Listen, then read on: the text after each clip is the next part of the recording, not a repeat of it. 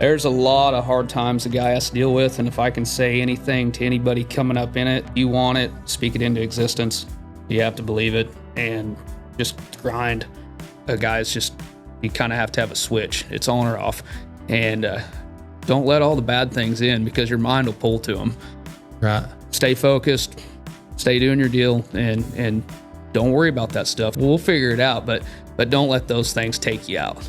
Surround yourself with good people, obviously, because, I mean, if there's 4 millionaires at a table and you want to be the fifth, you need to be sitting there with them.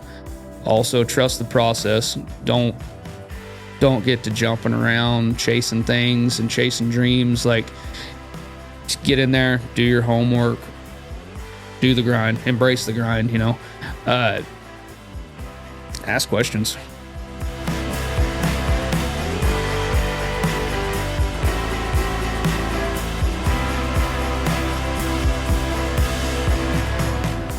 Welcome back to the 817 podcast. This week, I got my good friend Shane Carlon on.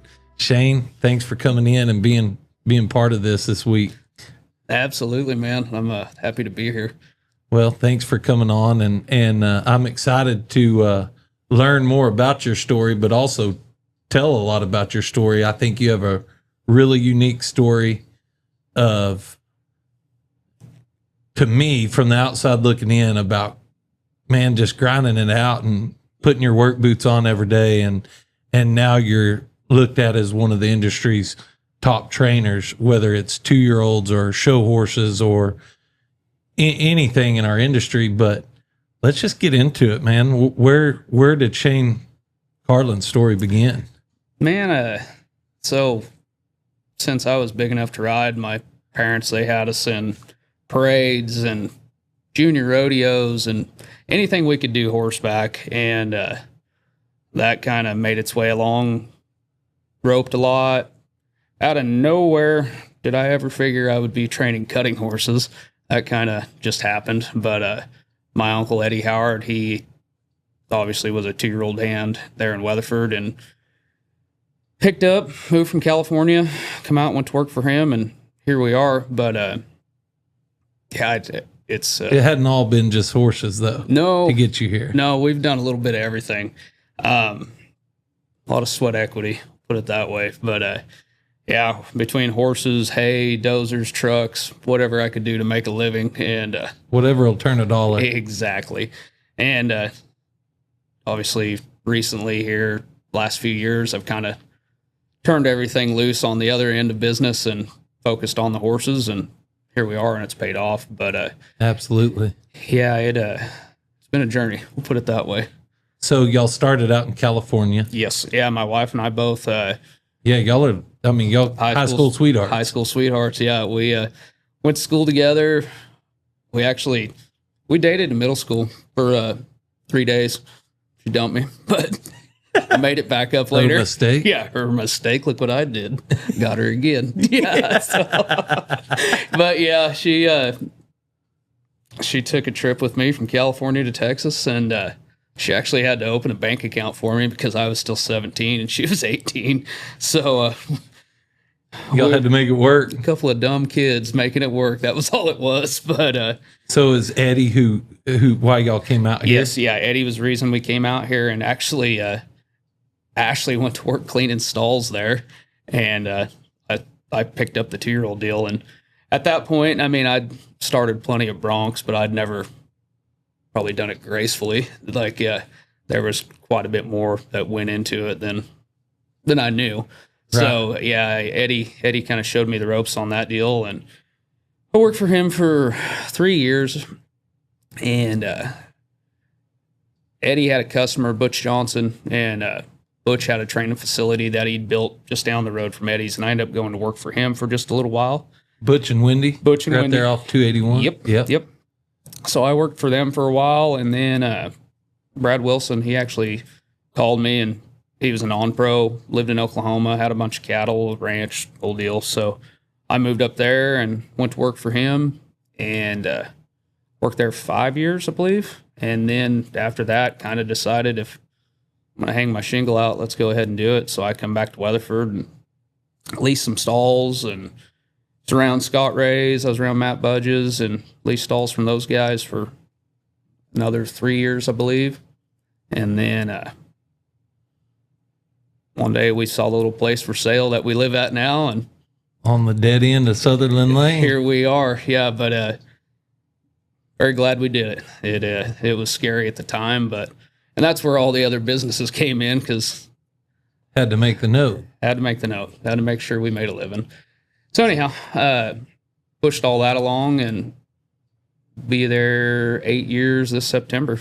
Yeah, I was about to say, y'all moved in there the same time I did. Yep. When I moved into Johnny's. Yep, very close. Very close. Because we looked at that place. Yes. Literally right in the same time frame, and then we were still kicking around renting from Johnny, and the next thing you know, it was sold, and I was like, I wonder who got We that. just did this. Yeah. Shane Carlon just did that. Yeah.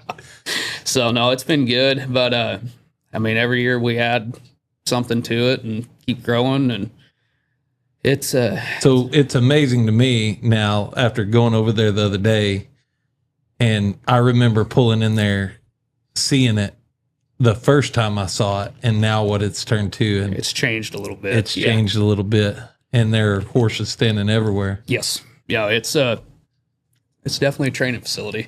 You can pick any flavor you want around there. There are plenty of them. So absolutely, yeah. So what I think is cool about it in the story, and I think so much of us share a lot of the hard times growing and trying to get our foot in the door as becoming a trainer, and like you said, working for Brad and Eddie and all them guys, all them years. That took 10 years of your life that you put into nothing but horse training.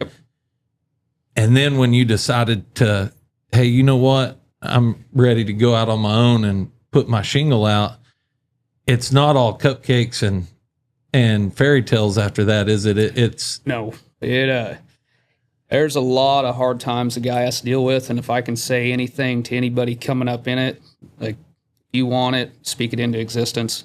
You have to believe it and just grind. And, what's that saying? The only difference in a winner and a loser is a winner tried one more time.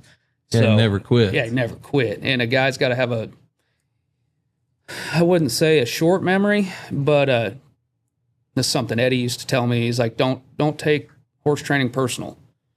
And you start taking everything personal about it, that's when it eats you up. But I think that's the same as the show pen. If a guy's dwelling on every little thing that went wrong, then more things go wrong.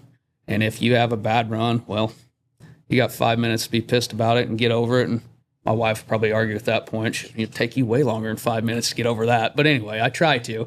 But long story short, just put your head down and do it again. I think Matt Gaines is one of those guys that's like that. Like that guy, they don't call him Iron Man for no reason. Like, he goes in, has a good run. He goes in, has a bad run.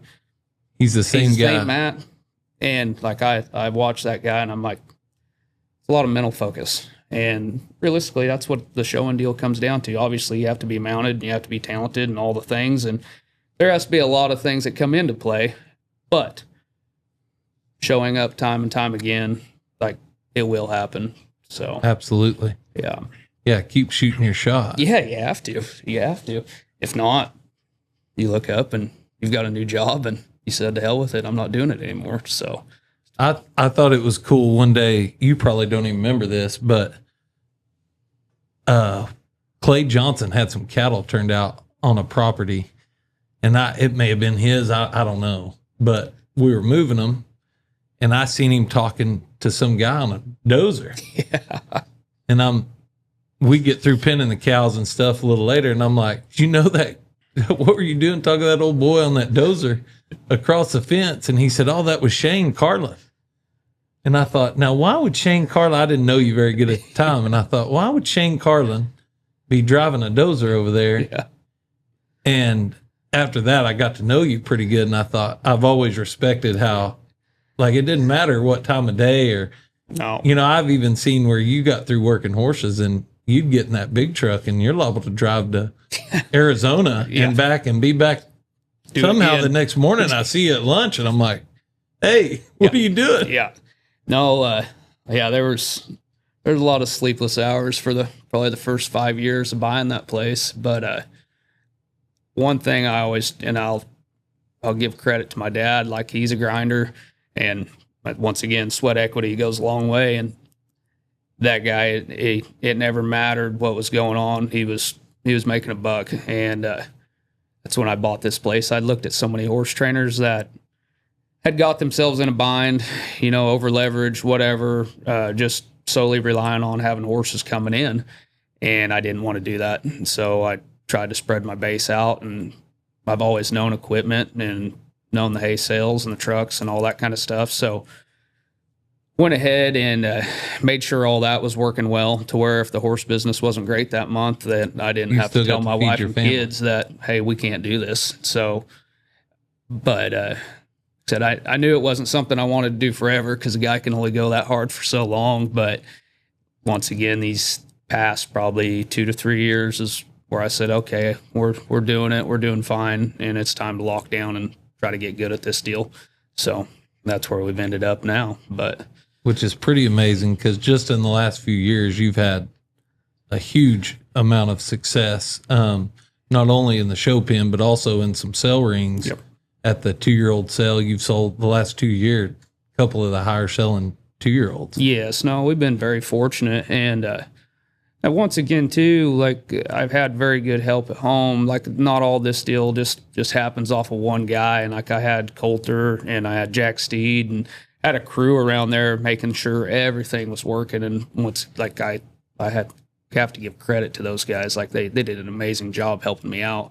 But well, we all have to have that. We all have to. It's our lifeline. Like a guy can't do it all on his own, and that did. You better be surrounded by good people, whether they're on your team or just friends. A guy can't. Like I was hard headed when I was younger. I thought I'd do it all. I thought I'd work the horses. I'd drive the truck. I'm going to clean the stalls. I'm going to save that buck, and I'm going to do this. And you look up one day and you're like, I can't do everything. So the support you have at home is amazing, and not to forget about my wife and everybody else that makes it all go around. But the support's been amazing, and especially the last few years, like everybody's man together and put together a hell of a team, really. Absolutely. So, yeah, I'd like to act like I did it all on my own, but I sure as hell didn't. But well, I would like to bring up your wife, since you brought her up. Yep. A cool story on her the other day, which I'm sure there's tons, but we're at the BI in Tulsa, and I didn't realize this happened till the next morning, but y'all had to rush to the emergency room, and she had her gallbladder removed, correct? Yes. Yeah, she had a sneaking suspicion that was going to have to happen at some point, and her being her, once again, my support, she's like, we'll get through this show. Do it when I get back. And I'm like, Ashley is a nurse, and I'm like, well, I'm not going to argue with her. Like, okay, well, yeah, she had to get rushed in for emergency surgery, and the only thing she was concerned about was showing in the non-pro and the 4-year-old. I said, hey, don't worry about that. Like we'll go ahead and get through the surgery first, get through the surgery. But yeah, that next day she was in there harassing doctors. She's like, we got to do it today. Like, if we do it today, I have 1 week till I can show. And I told her, I was like, there's no way. But obviously that's the one thing that she was really excited about. And I'm like, well, I'm not going to squash that dream. We'll just go ahead and wait on it. And I'll be damned, she sure did show. So the day after surgery, first of all, you were showing. Yeah. And I seen her walk through the doors, not roll through the doors, walk through the doors. Yeah. And she sat up there and watched, and I thought the whole time my back was kind of hurting. Yeah. And I telling you, when I went to the trailer, I thought, you know what? I better suck it up, because this girl just got her gallbladder removed. And then, what was it, 2 days later, she said, I'm going to get on a horse. Oh, yeah. Yeah, she come down to the block. She met us there at 4:45. Yeah, 4 in the morning. Yeah. Turning back. I'm like, so what is she doing here? I said, I can't stop her. Like, she's going to do it. Tell her no. Yeah, you tell her no. I'm not doing it. I know my spots. I know. Yeah. I know my place in this relationship. Yeah. But no, she's a trooper. And then ended up winning reserve. went right behind your wife. Absolutely. Which was I was awesome proud too. of both of them. Yeah, that was good stuff. That was pretty cool to see them. Yeah.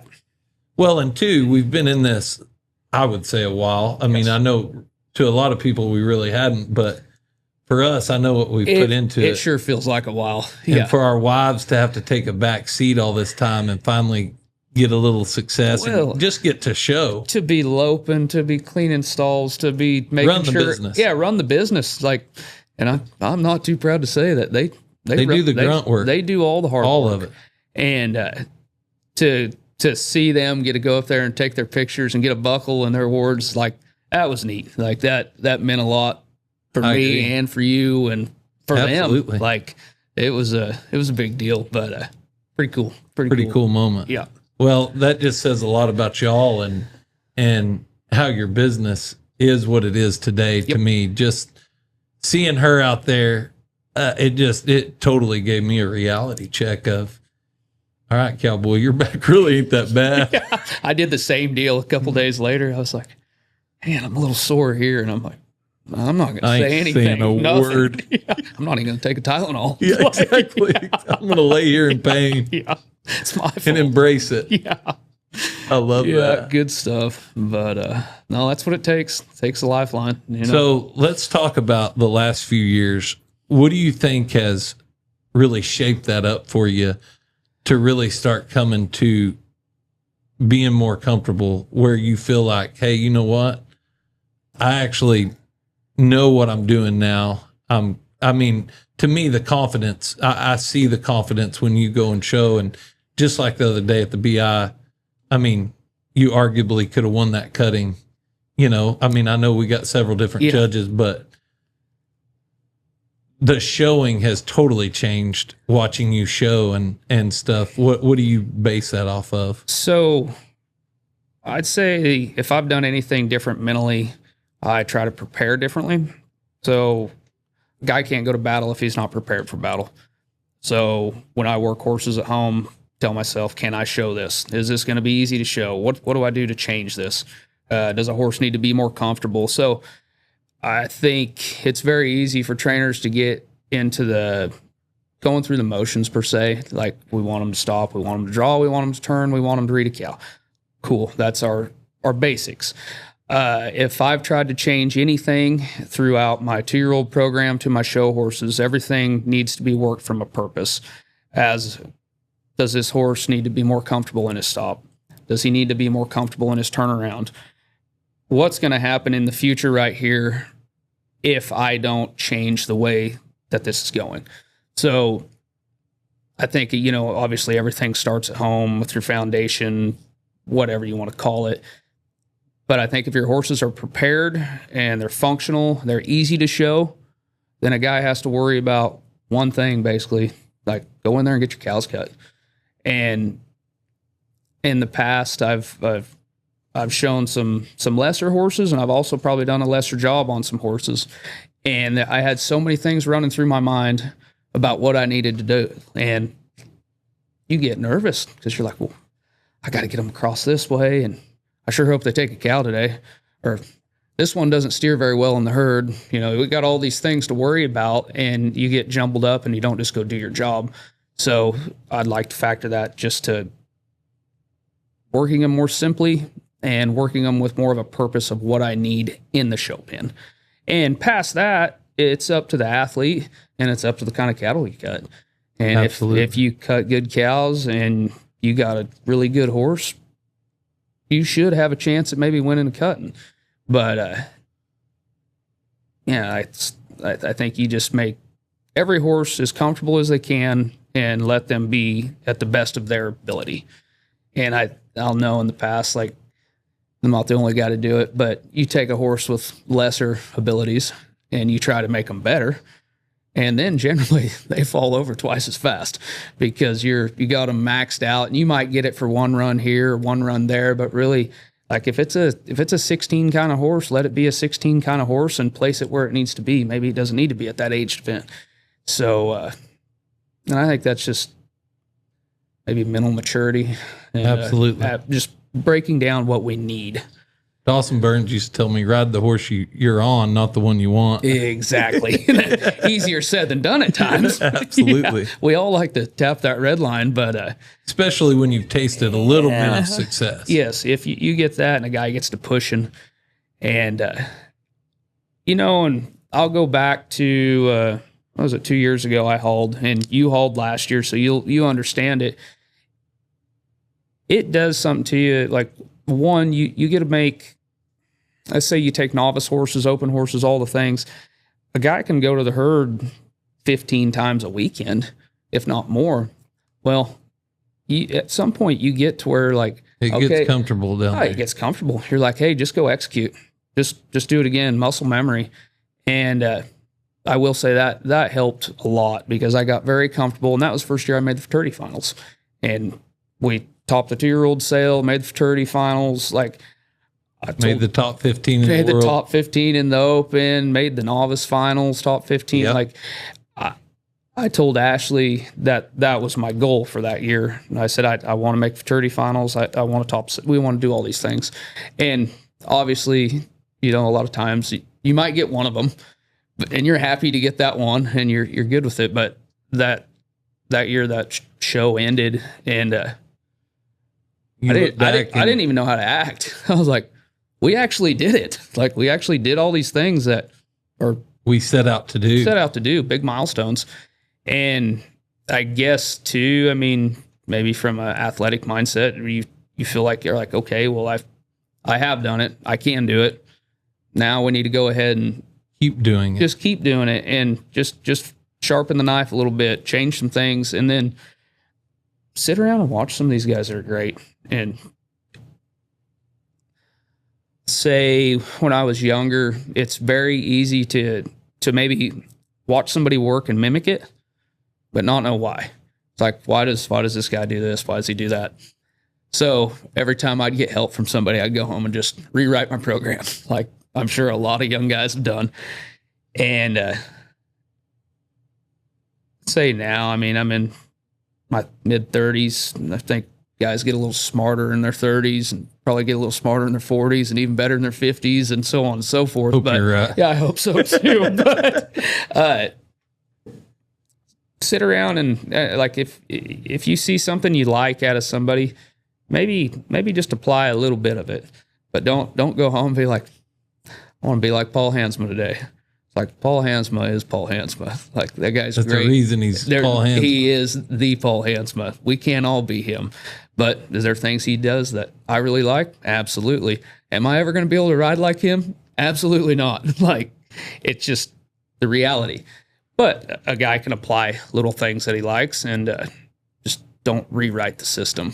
Absolutely. So, that's pretty cool. Yeah. Well, and earlier, like you were talking about Matt Gaines and how he's like the Iron Man, and good, bad, or indifferent. You can always talk to Matt Gaines. And it's he has simple solutions. Absolutely. They're you can say, hey, what do you think here? Like, lope the misses out of them. Absolutely. I didn't think about that. Yeah. You know, something that simple. It's so simple. Get him a little tighter. Yeah.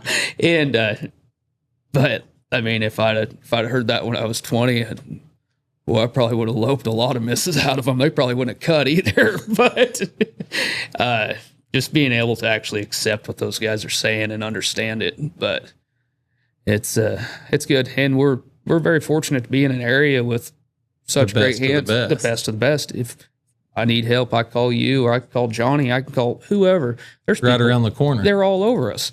So it's that was back to when we left California and moved out here. I rode some cow horses for a guy when I was in high school, and I worked for him for a year and basically rode broncs, and he taught me the things he could teach me in that amount of time. But I told myself, if I'm not going to go to college, I need to go get in the big leagues of this deal. And if I don't make it, well, then I don't make it. But go ahead and be surrounded. Yeah, be around the best. And that's where we're fortunate in our area, that there's so many great hands, and they're all very willing to help. Helpful. Very helpful. Yeah. But Well, and that's one thing, like us talking about Matt, I see you kind of in that same light. Like you're somebody that, to me, that has always been, no matter what goes down. I mean, just like the other day at the BI with Ashley, you're still the same human being getting there to show that next day when you've been up for 2 days in the hospital, you're give out, you're tired, you're stressed, million things going through your mind. I love that you still ride up and within 5 minutes we're all laughing and being a good person. And I kind of want to dive into that. Like, I think that you're a great role model for our youth, even for me, even your peers, because it's easy in this industry, any industry, I guess, but this one to me is so tough and requires so much stress and thought process and time and effort. It's easy to throw a fit or get down in the dumps. How do you, do you base that off of your, looking up to people like Matt Gaines and stuff, or how do you work on that? Man, I think I'd like to take some of that back to like my childhood with my mom. She drug us to every junior rodeo around, and if you know my mom, she's a very artistic person, and she was not scared to embarrass you. And so I'll put it that way. Like, there's times where a guy had to lock in. Like, if you wanted to do good, you needed to do good, and you can't worry that Mom rolled up and got the minivan stuck with the 2-horse Miley behind it. Like, that doesn't matter. You have to do good. We're at the rodeo. Yeah, we're at the rodeo. It's time to start over. So I think that's a spot where a guy just, like, you can't let little things ruin your day. And go ahead and lock in. And once again, my wife will probably be like, you let everything ruin your day. I'm like, well, you're the only person I tell about it. But exactly. But they do get the short end of the stick. They do. On that. Yes, they get to hear about it all. But I just think it comes down to, I read a book, this is probably 2 or 3 years ago, called Mind Gym. And I was struggling with talking about showing, like how a guy, man, you'll get yourself down, you'll have one good run, you'll have 2 bad runs, you'll have 1 good run, you'll have 5 bad runs. And back to hauling, guy gets in a rut and you missed 5 checks, 10 checks in a row. We've all done it. And you're going, it gets tough, doesn't it? Boy, how long is this going to last? So my wife got me that book called Mind Gym, and it talks about the mental clarity a guy needs, and how do you lock in, and what do you have to do to kind of beat that stuff? Because the guys that are truly at the top of the totem pole, those are the guys that it didn't matter if their truck blew up on the way to the cutting, they still got there, and they're still going to try to beat you. And I feel like a guy's just, you kind of have to have a switch. It's on or off. And don't let all the bad things in, because your mind will pull to them. Right. Stay focused, stay doing your deal, and don't worry about that stuff. We'll figure it out. It's all part of the journey. It's all part of it. We'll figure it out, but don't let those things take you out. So that's pretty amazing. Yeah, it's and I think it just comes with experience. The more you see, the more you go through. Yeah, and like back to that year I hauled it. Like we were talking, man, I think that mare, we were like $1,500 from putting her over 100,000. And that, that was the hardest money you ever won. Oh yeah. That's our goal. Like, that was the first horse I ever put over 100. And like, it was big. Took like 3 shows to get this done. And I am losing it. Like, I can't get a check on her to save my life. But looking back, that sucked. And it was not good at the time, because we're all in the race and everybody's trying to do good and we need to win. But friends are all trying to help you. Everybody's trying to do anything they can. But you look back and laugh about it now. Here we are talking about it and giggling, and it's no big deal. But at the time, it sure sucked. Thought you'd never laugh about it. Yeah. Yeah. But those experiences, in my opinion, are the ones that get a guy to where I feel like I do now, where I'm like, ain't no big deal. It's no big deal. And Kenny Platt, he told me years ago, he said, when showing starts to feel like breathing, he said, that's when you start winning. And I'm like, yeah, sure. Like, we'll figure that out. I know. I think I feel kind of what he's talking about now, because it just gets simpler. Everything. Hey, we've got to go down here. We're going to try to cut this cow. If it doesn't work, we'll do this. It's part of the job. If our horses are prepared, they'll do their job. If they're not, we'll work on that and go from there. Keep it that simple. And I understand why he said when it feels like breathing, it gets easy, and it's very truthful. Put it that way. Well, and that makes sense. I get to turn back for him a lot, and helping him, he's very easy to help. So easy. It's like Lloyd. Because it's just like we're working. Yeah. I mean, he's just going to go cut a cow, and he's going to be in the right position, and you're going to go ahead and help and do what you do, and you go from there. Like, absolutely. It makes it easier. That's pretty cool. On the whole team. So I do want to go back to this minivan and Miley 2-horse trailer story. That sounds like a very interesting. I mean, it sounds like something I grew up in. Yes. So I'm excited to hear about this. So once again, like Astro, or are we talking more? Oh, the Safari van, the Safari GMC. Okay. Yes, yes, sir. Yep. I know my vans. It was about the same color blue as the top of this water bottle, but sweet. It was cool. But man, my mom, she didn't let us miss a parade or a junior rodeo or a Western pleasure or whatever we could do horseback. She had us mounted up, and yeah, I remember we pulled into talking about the story getting stuck. We pulled into Corning Junior Rodeo, and I'm probably 14, somewhere in there, old enough to be a little bit embarrassed around some girls and stuff too. Yeah, and Mom, she rolls this blue Safari van in and does just pile it up right in the middle of this hayfield, and she's like, "Well, get your stuff and get out. Got a rodeo." Okay, what are we going to do about the van? She's like, we'll get it later. So that's how my mom was, or is still. You know, she just she goes with the flow. She goes with the flow. Not a whole lot bothers her. I remember pulling up into the front of school one day, and she when I say artistic, she really is artistic. She paints and does all kinds of cool stuff. We slide this door open on this van, and a gallon of yellow paint falls out, hits the ground everywhere. Oh no. And if you know my mom, we were not early to school either. We were always running late. Right in the door. Everybody's lined up out in front of the school, and I step out, and we were already new to this school, so I was trying to blend in the best I could. Yeah, yellow paint everywhere. Mom's like, whoops, I'll call the janitor. We'll get it cleaned up. I'm like, oh boy, here I go. Have a good day, Mom. But thanks for the ride. I will say she kind of shaped some of my it's going to be what it's going to be. Absolutely. So, yeah. I think our moms just became best friends on this podcast. It's going to be good. We ought to have them on here. Yeah, I'll let you cover that one. But, no offense, Mom. Yeah, I love you, Mom. Yeah. But yeah,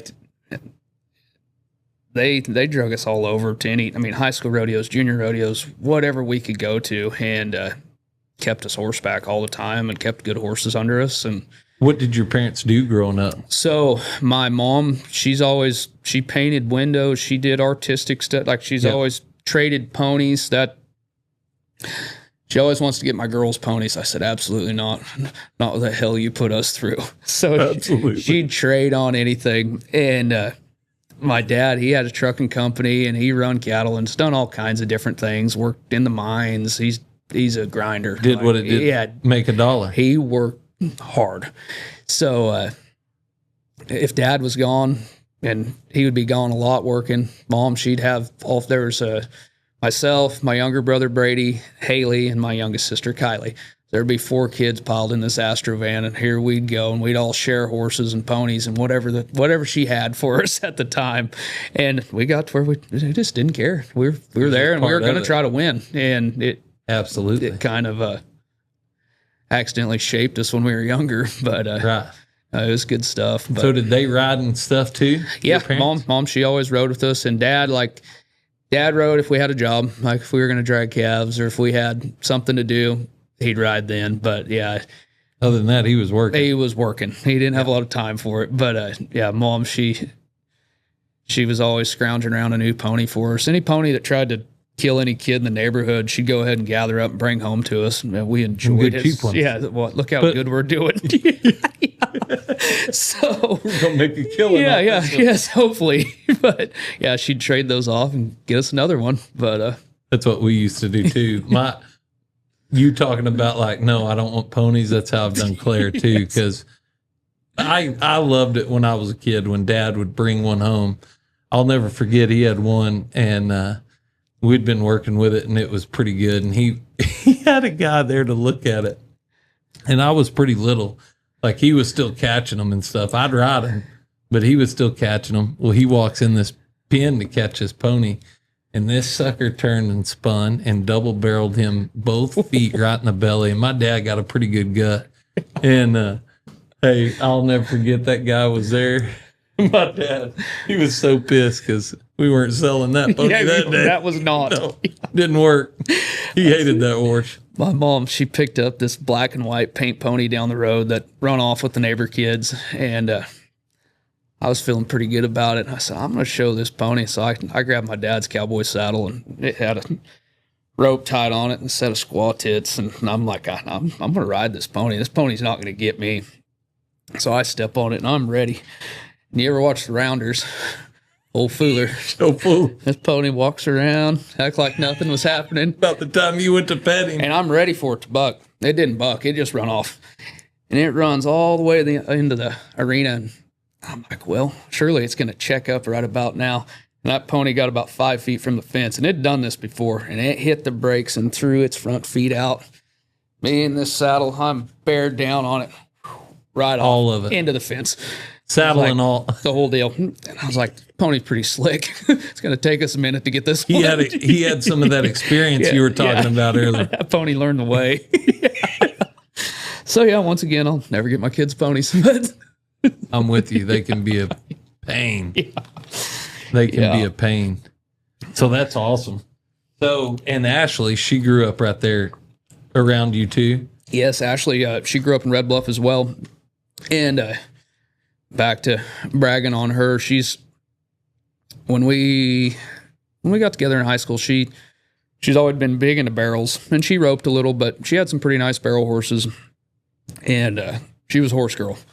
Like, she'd haul them over every day to lope them, and she'd take care of mine, and she'd take care of the girls, and like, I'd probably need to credit some of being a horse trainer to her as well, because she was just ate up with it.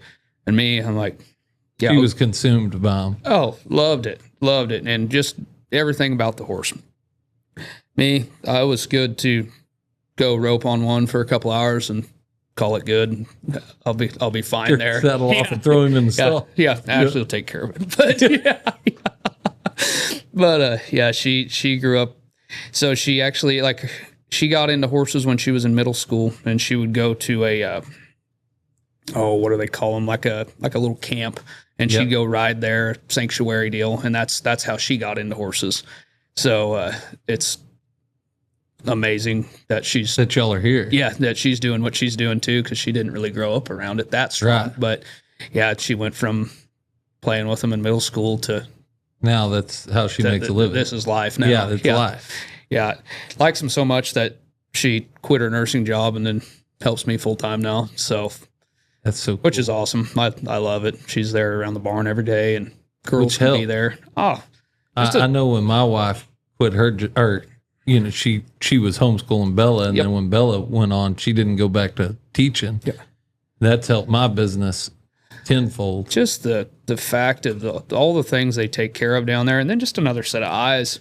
Yeah, attention to detail. Like, how'd that one work today? Awful. Okay, I should probably rework it, huh? Yeah, give it a minute, though. Yeah, okay, thank you. Appreciate the voice of reason.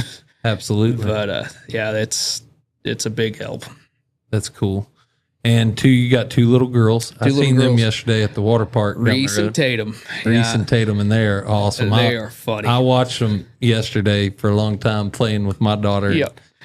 They're a handful. Yo, I love it. Reese is she keeps an eye on Tatum and makes sure everybody's doing right and everything's good. Tatum. One is a carbon copy of you. That would be Tatum. Tatum. You might look up and you're like, where's Tatum? Well, she's on the top of the building over there, fixing to jump off into the water slide. We're like, uh-oh. Yes. And she's 4. I don't know what it's going to be like when she gets older, but She is a walking carbon copy of you, dude. she is a handful. I said that me and Shy got to laughing yesterday. She'd come up and got her a sno cone or something, and she was walking across there, and I thought that's a little Shane with hair. That's what she's always like. I'm baby Shane.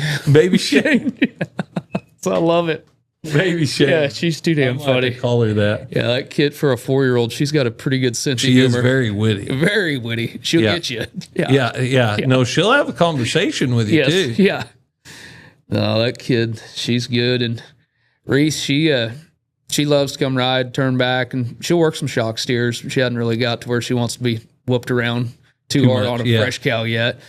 Tatum, she really enjoys leading them around, but we hadn't really got to the point where she wants to ride them yet. So Yeah. it'll come. I'm sure that'll come. Yes. Yeah, absolutely. Yeah. Yeah. Not pushing it. So what's next for Shane Carlon Performance Horses?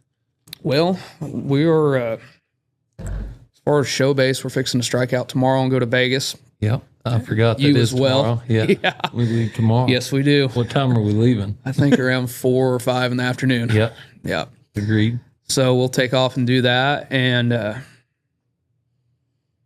as you can ask anybody that knows me, I don't do a whole lot of planning. So I guess the Derby after that, and That's me too. I don't either, but I'm with you. they'll let me know where we're going. What about 2-year-olds this year? Y'all got some for the sales? And I have, I think I have 5 that we're going to send towards the sales, and we'll talking about some wisdom. I'm not going to speak good about any of them yet. yeah.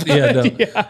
I actually can for you. I've seen one that I really, really like. There's a few. There's one that I think is a really nice horse, and she's a sorrel mare, just like the other 2 I've sold. So I guess I have a type, but yeah, we have those, and I want to try to make sure I bring quality to that sale, and Absolutely. just don't bring anything through there. Make sure it's quality, and make sure people know that whatever I bring through, it's going to be easy to follow. You're going to be happy to And buy it. they're going to be happy to buy it. So Yep. I want to try to structure that. Which I think is amazing for as a person that may be sitting in the stands buying, that sale, you should feel like that. Yes. You know what I mean? And there are certain guys like you that, I mean, there's a bunch of them, but that you can, when they bring a product to town and they tell you, hey, this is this, and Yep. that means a lot. And just I try to tell everybody exactly what I feel about them. Sometimes it's too truthful, and sometimes it's brutal, but I don't want to sell a horse that you're not going to enjoy. And especially in those high caliber numbers, like if you have a customer that's willing to spend that much money, I want you to enjoy this horse. Yeah. And Get what you're looking for. I want it to be a good product. So if I don't like it, I mean, You're probably going to know I'm about going to it. go ahead and let you know. And Yes, sir. I had some guys come look last year, and they said, "What else do you have to try?" And I'm like, "Well, a couple of them, but past that, no. That's the end of it. Don't." Okay, fair enough. But I want that honesty to be out there, because They'll come back. and it's just like, well, Grant, he come to me there at the sale right before I sold that mare last year, and he said, "This is a good horse." I said, "Yes, it's a good horse." I said, "I believe it's a good horse." He's like, "Okay, well, I'm going to try to buy it." He said, "You're sure?" I said, "Absolutely. I'm not going to tell you it's not." He ends up buying it, and just like that, he took my word on it. And, Pretty good horse, and too. it's a very good horse. I've seen it. But I'm not going to try to get anybody loaded up on the horse trading deal. Like I want this to be a business. So Absolutely. yeah, it's we'll see this fall. And what, she was a metallic cat mare, Yes, right? yep. The one last year. Yes, yeah, And then obviously the one before that's the one Austin's been showing. yeah. The my The kind of mink meat. mare. Yep. Yep, my kind of meat, which he's done. I mean, you He's couldn't done ask very him to good. do Yep, very anything good. better. Yeah. No, that guy, and it's fun watching him, because I mean, I'm obviously still invested in that horse, and I love seeing it. And Austin, he's doing great with it, and Missy, they did a great job, and Sure did. Everybody come together, and like it was was good to see. Kind of a special moment, Yeah, really. absolutely. I mean, and for our industry, not just y'all. Yes. What was that? The second horse at public auction, 2-year-old that sold for over $1 million. Yes. Yeah. No, it was a pretty surreal moment, but very cool. What did you think? Take us back to that moment when you're in that sale ring. I mean, take us before the sale ring, because I know obviously everybody loved that mare going into the sale. Yes, there was a lot of hype on that mare, and rightfully so. Like it's a great horse. A great horse. Second, I mean, I rode plenty of the other kind, and I knew that one was different. And you can't hide that. You can't hide that. No, it is a good horse, but that's leading up to it, we'd had a lot of traffic on her, and being partnered with Dylan and Troy too. Dylan and I, we kind of thought on the same wavelength. We're like, nah, I think we'll just stick to our guns and run her through the sale, see how it goes.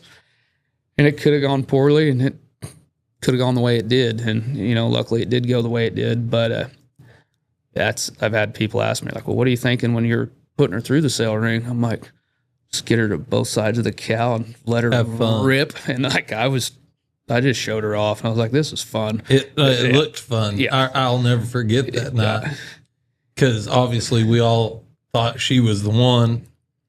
We're all in there, and it's just one of them works where it's like, it don't matter what you throw at this mare and chain right now, they're going to make it work. She was ready. And, it's funny. They let in a fresh set of cows for her, and back to the hauling deal. I looked at them and I was like, well, I bet that little Baldy's the best. And I bet that cow sucks. And that one, I don't know much about it. And I'm like, I'll knock the fresh off her with this one that I don't think's very good.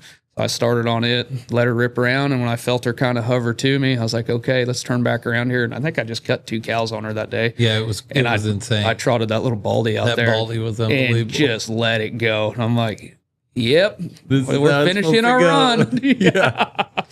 But I'm about to tag out. I could tell I was making Phil nervous.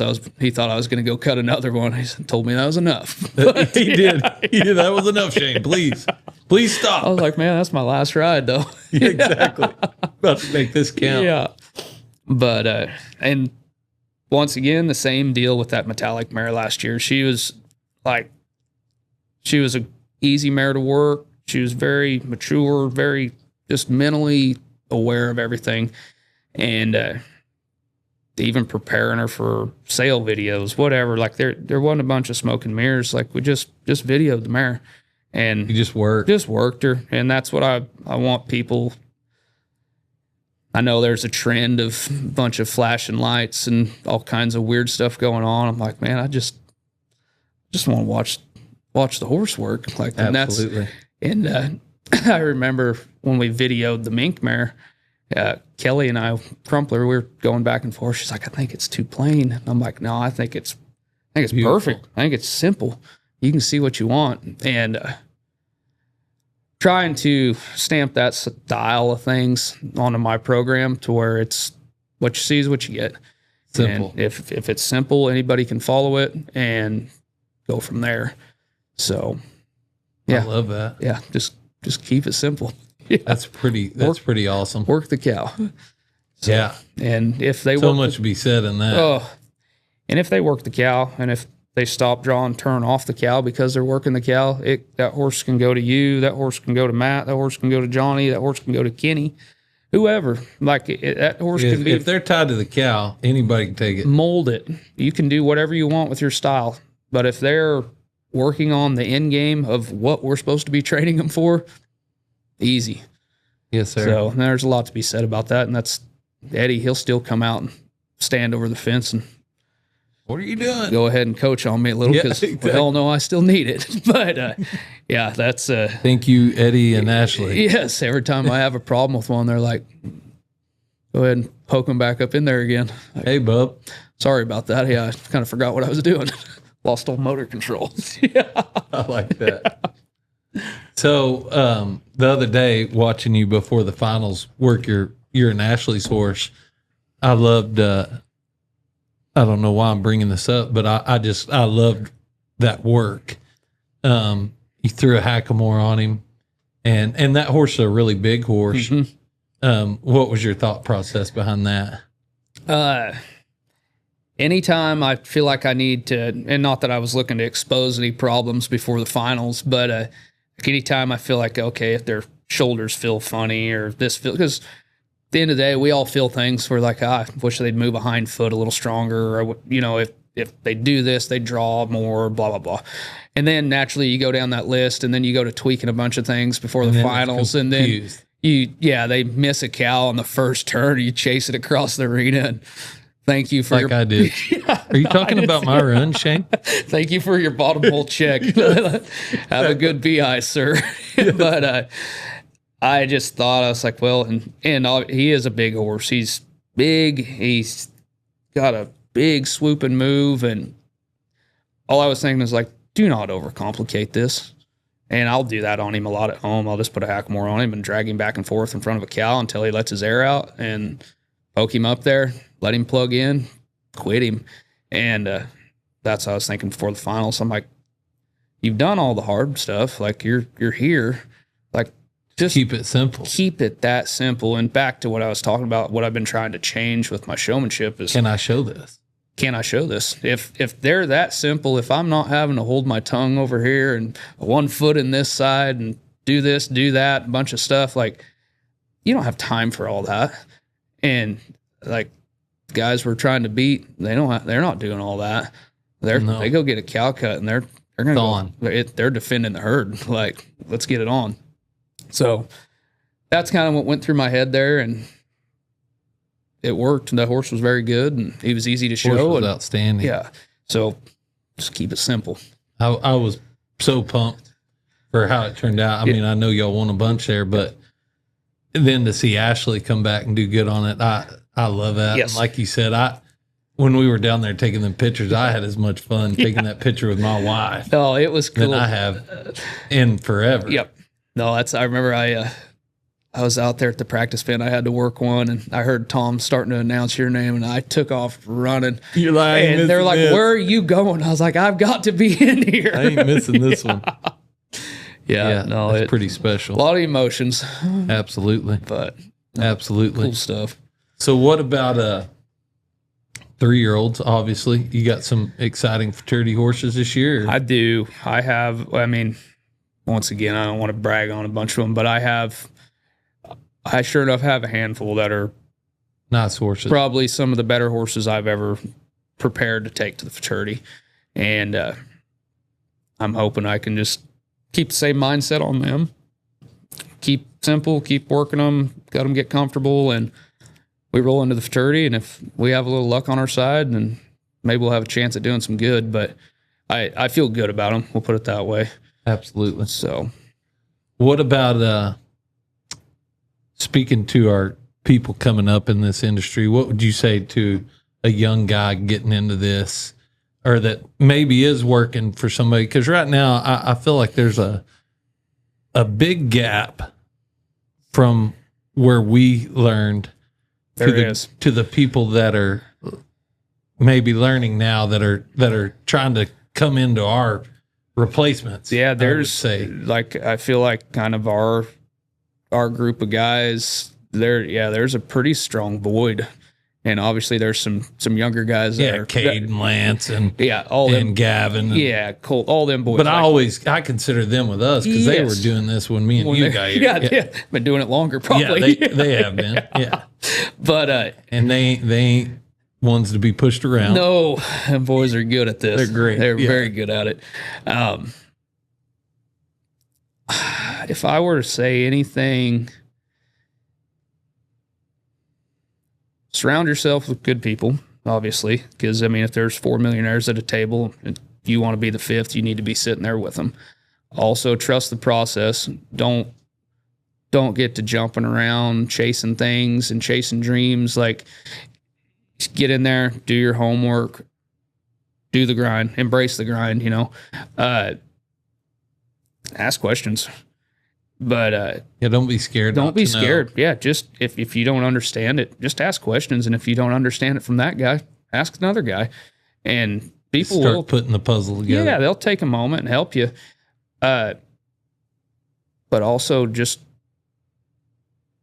tweak programs. Don't completely change them. And I know I've brought that up again because I've done it. And everybody has to have their own style. And there's a million ways to skin a cat, and like tweak, change, evolve, work on things, and then just their mental toughness. Because a guy can be a great mechanic. Like there's some really good horse trainers out there that have never made it to the show pen just because of the mental side of things. Absolutely. And I think that's a whole different animal, and that's not something that gets addressed a lot. I'll bring up a funny story. So we were having a pre-work up there in Oklahoma, and it was just Lloyd's crew and myself, and I was turning back, and I'm looking at Lloyd, and I'm like, this guy's still one of the greats. Like, The GOAT. I've got to soak this up. And I think I'd maybe shown it my first futurity the year before, and I'm lost. I'm still trying to figure this deal out. What do I need to do? Do they need to be listening to me, or do they need to be cutting? Do they need to do this? Same deal. You have all these things you're thinking about, and Lloyd's over there just like draw, turn, drop. Yeah, so simple. And we may have drank a few beers by this point, and the pre-work was over, and we were sitting around being philosophical. And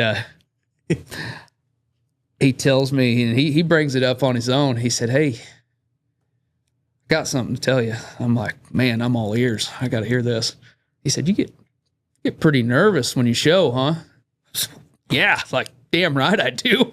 I don't know what. Yeah. How could you tell? Yeah, I forgot that I even went down there and showed. Like, he said, "You ever watch Happy Gilmore?" I said, "Yeah."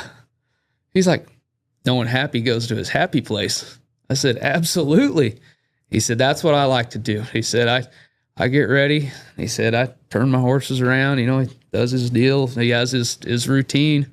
He said, "And I think about it at night, just sitting down on the couch and turning on a movie, and that feeling." He said, "And that's what I think about before I go to the herd."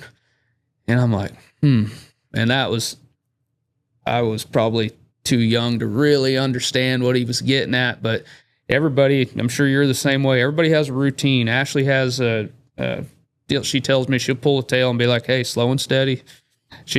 We say this, it's your routines, but baseball players do it. Football players do it. Like everybody has something that they do, and it's like getting in a cadence. And you turn your horse around, you stop, draw, you do your deal, you brush your hands off, whatever you do. And that was Lloyd's thing. Go to your happy place. Whereas, like, at that point, I'm like, "What cows are we cutting?" It's like, "We just talked about them." I'm like, "I don't know where I'm at right now. Wait a second. Yeah, help me." But it's a way of finding order before you go into that moment. Kind of centering yourself, Yes, and like getting a hold of everything. There's an order of operations to it, and just remember them and know them, and go down there and do your best to execute them. Which I love that, because so much is off of feel, and everybody uses this word feel all the time. And a lot of people don't understand that. Like, obviously we help a lot of amateurs, and I get a question asked all the time, like, how do I get better with feel? Well, it's something you really can't teach. And it's almost, to me, like, I told them the other day, I'm like, you back here fretting before we walk to that herd, that horse feels that. Like, to me, that's the feel you need to fix first.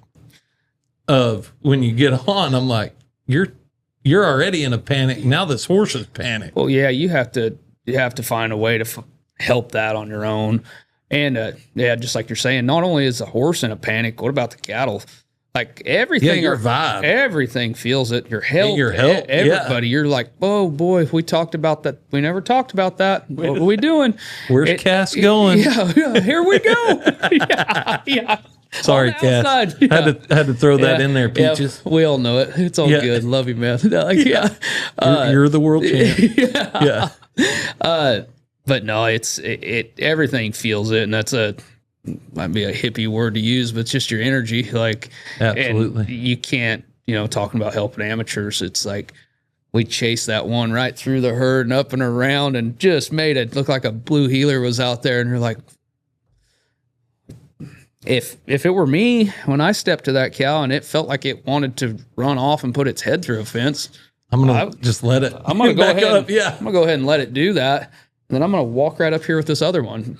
Yeah, so absolutely. I tell people, like, my best description on cattle, if it looks like you can pop one out of a corner in a pasture that's wire and rope it in 3 swings, it's probably something you want to try to cut. Now, if it looks like it's about to crawl through that wire fence, unless you're Kenny Platt, like, we don't probably want to cut it. Unless you're on LBR hang 'em. Yeah, you go ahead and get that one out and of the then fence. if it walks out there, yeah. hey, boys, and that might be one way to do it. I'm going to go ahead and walk up here. Yeah. But yeah, as a general rule, I'm like, if you know, Johnny Mitchell told me something similar to that one time. We were watching cows, and I hardly ever get to watch cows on that other side. Yep. And we were helping, either we were helping the same person or sitting beside each other. And it was just kind of us up there. He probably don't even remember this, but I asked him, I said, what do you know, he picks a little different cow. Yeah. Than I do. And to me, I thought he described it so perfect for me, but he said, I just picture there being a gate right under them judges' stands. And he said, I want to envision, will that cow let me drive? Like, how hard's that cow going to be to drive through that gate? Yep. And it's the same thing. And I thought, well, just off of what you said, that's the closest resemblance I've ever heard to it. So no, it's the same deal, and that's back to the feel while you're riding through them. If they can be such liars while we're sitting in the cow box, and everybody's like, "Yeah, that's the best one." And it's like that one ran over the turnback guy and mucked out the camera lady, and we all loved it. I don't know what happened. How did we miss that? How did we miss that? So that's just the split decisions that you make while you're showing. And once again, I think when it becomes clarity and everything's easy, you don't take the bait on those deals. I'm back up. I'm gonna ride over here. I'm gonna help my way through it. I mean, back to Lloyd again. Like, turning back for him is fun. I only get to do it at a few weekend shows here and there, but he sneaks around, and I'm gonna bump one here and bump one there. He switched 10 times and was on one, and then he back over here. But just feel it, and that's what he's doing. He's sorting his way through them. Like, hey, looking for the one he can drive through that gate. Absolutely. And that's experience. And another thing, like us helping amateurs a lot, like you'll be sitting in that cow box and they're like, we're never cutting that one. Why? Yeah, wait a second. It may be the best cow here in a minute when it's your turn. Yes. And that's what I think, like the hauling, that really helped me. Was like, man, every cow has a moment. Everyone has a moment. Even the worst one in here. And I tell you, I was thinking there at Tulsa when I was sitting over there watching cows, I'm like, there's not a cow in here that can run me over. Like, and I think a guy's got to have a little bit of that mindset. Like, absolutely. If you're so scared, oh man, I don't know about that one. Well, then you get to second guessing everything you're doing. And then you walk up there, and obviously, you're not going to write down the chronic and some other stuff that's pretty obvious, but look at them. If they're big, healthy, whatever, and they look like they're a little feely, just it can't run me over. And I think a guy's kind of got to go in there with a little bit of that mindset. Absolutely. And if you get run over, man, we'll back up and we'll change our angle on this next one. But it's going to happen. It's going to happen at some point. But I think when you go in there that way, you make sure you position them into good spots, and you do your diligence on your cuts to set them up to be the best they can be. And whatever happens from there is what's going to happen. But I think a guy's kind of got to, puff his chest out a little bit and be like, there ain't nothing bad here. I love that. Yeah. I had a friend when we were rodeoing. He used to tell me all the time, are you riding to not mess up, or are you riding to win? And he always said that there was, and he was great. He won a lot, yep. But there was a lot of times in my life where I'm like, man, if I could just get in them finals, where he wasn't thinking that way. He's like, no, I'm going to get, if I make the finals, I'm going to win this thing. Yeah. And there's a lot of times that I know early on when I would make the finals, I would take that as such the victory. That you're just like, whatever happens, happens. My show was over, yep. Because, I didn't prepare to win. I didn't go in there with the mindset of what you're saying, like, hey, I can do this. We're here. Yeah. That's what I've tried to, and I had a little talk with myself here at the beginning of the year. I'm like, this is probably my last year in the intermediate. So I need to nut up, and like, if I need to figure out how to butt heads with these big guys, like, let's do it. So I've tried to take that into account and really apply it when it comes to working my horses or showing or prepper, all the things. It's like, I'm not going, I don't want to go in here, and I'm sure you, like that 4-year-old finals at Tulsa, I wasn't going in there to just get my check. Like, I wanted to win it and tried to do everything I could to win it and let everything lay where it lays. But at least a guy went in there with that kind of mindset. Yeah, it's out of your hands then. Yep. And you were in the placings to where it was anybody's cutting. Absolutely. I mean, you know what I mean? I'm not taking anything away from Lance. Yep. Had a great run, whatever. Absolutely. But there was, them top 3 places right there normally at every cut. Everything was pretty tight. Everything was pretty tight. Yeah. Yeah. Or really 9 horses ended up being really tight. Yeah. Which kind of stinks. Yeah. At the end of the day. But when you're competing at this level and with the horses that we all have access to. Yep. And, well, just at that cutting, to me, the BI is one of the top 4 shows, as far as puffing your chest out, say, hey, I did good at the BI. That's one of the shows. Yes, it is. And rightfully so, dude. It's tough. What did it take to make the 5-6 and the 4-year-old or like a 38.5, I think, in both of them. I think so. It was stout. It was stout. Yeah. But, no, it's great, and it's one of those deals you get done at the end of the day, and I don't do it publicly, but it feels pretty good to be right in the mix of everybody, and it's like, we're starting to wrestle with them. Get to that I'm ready for this next show. I am too. Yeah. I'm ready too. Yeah. No, it's anybody that's competitive, we're all about half addicts to this deal. We're like, we want some addicting. More. We want more. Like, how do we get more? So then if you think that way, you'll find it. And break down and do whatever you got to do to get there. Love that. Do you have a favorite saying or quote that you go by? My favorite quote is speak softly and pack a big stick, but I don't know if that applies to cutting.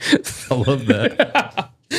Teddy Roosevelt, man. Teddy Roosevelt. Speak softly, but carry a big stick. Yeah, pack a big stick. And what is it? It's better to be thought an idiot than to open your mouth and leave no doubt.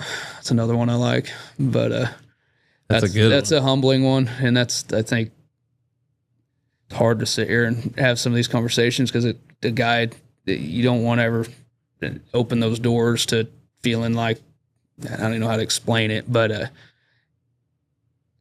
humility is a big deal. And a guy's got to stay that way and keep his head down and grind and do the things that you got to do. And don't let the worldly things take over. Don't let the world take over. Yeah, like you gotta do your job at your life, with your home life, with everything. Like, a guy's gotta lock in. And I think if a guy can stay on that kind of path, everything falls into place. Yeah, no matter what you're doing. Yep. I love that. It's good stuff. Well, Shane, thanks for coming on. Man, I sure appreciate it. Hey, this was good. Like, that was fun. Well, I appreciate you coming on and telling some of your story and too, just your insights to the industry and should be able to help somebody with just the thought process behind it. And to me, I think a big deal that it portrays is to these young guys. I get questions all the time like, man, anywhere to go? I've been at so-and-so since October. Hadn't really got to do nothing. I'm like, wait a second. Hey, slow your roll. I don't think I worked a horse for a year when I first moved out here, and I wasn't supposed to. Like, absolutely. I didn't know how to. Like, I cruise around on some broncs, but a guy's you got to pay your dues. And if I can say, like, the generations have changed a little bit, because, like, I felt like when we came up, it was, I'll clean stalls. I'll saddle horses. Yeah, if you need me to stay out here till midnight, weeds out of the flower bed, I'll do it. That's part of the job, and that's part of what I'm having to pay in for the experience. Where I think there's so many big places, and just things are different. Things are different And now. Well, and the horse industry is different. horse industry's Prices are different. Yeah. The opportunity's different. We didn't have as much opportunity now as the guys do now. Yeah, no, it's a different creature, but yeah, I think sound advice, a guy just lock in and remember that you need to do them a good job, and in exchange for working for them, you're getting their knowledge and their time, and obviously you're getting paid so you can make it through life and do all that. But it's that sweat equity. It's sweat equity, and we're not necessarily worrying about that paycheck. Like a guy's the money. Honestly, at the start of this thing is it's 10. What's that song? 10 years, become an overnight success. Yeah, exactly right. It's all it takes is 10 years. But a guy's got to. I mean, be diligent about what your future is going to look like. You don't want to be cleaning stalls a year later, but don't be scared to get in there and grind, because the man will appreciate that. Absolutely. And if you're willing to bust it and do all the things, you will move up. Yeah, and then we'll go ahead and you scratch my back, I'll scratch yours. We'll take the time, and if we need to stay a little later and help you work another one, whatever, like, let's do it. But got to show that appreciation, and I think that's a big deal. Well, I love it. Well, thank you for being such a role model to all of us, even your peers, and cool. and being a great friend. I'm just still trying to figure it out myself. But, aren't we all? Yeah, every day. That's the greatest thing about it. Yeah. Oh, we got time. Well, thank you, Bo. Thanks, man. Appreciate it. it.